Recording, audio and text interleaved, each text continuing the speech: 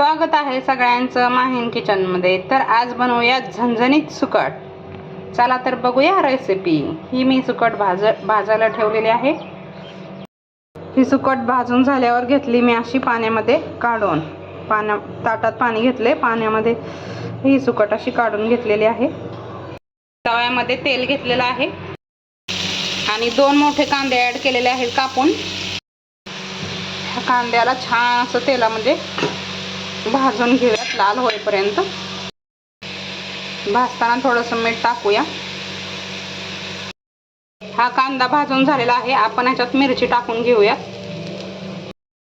आणि आता ही सुकट धुवून पाण्यामध्ये ॲड करूया ह्याच्यामध्ये। ही सुकट मी ॲड केलेली आहे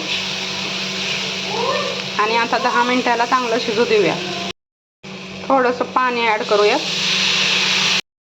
आणि ह्याच्यावर झाकण ठेवलेलं आहे।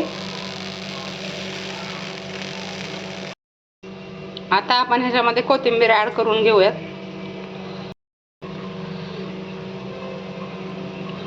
बघा सुकट झालेली आहे।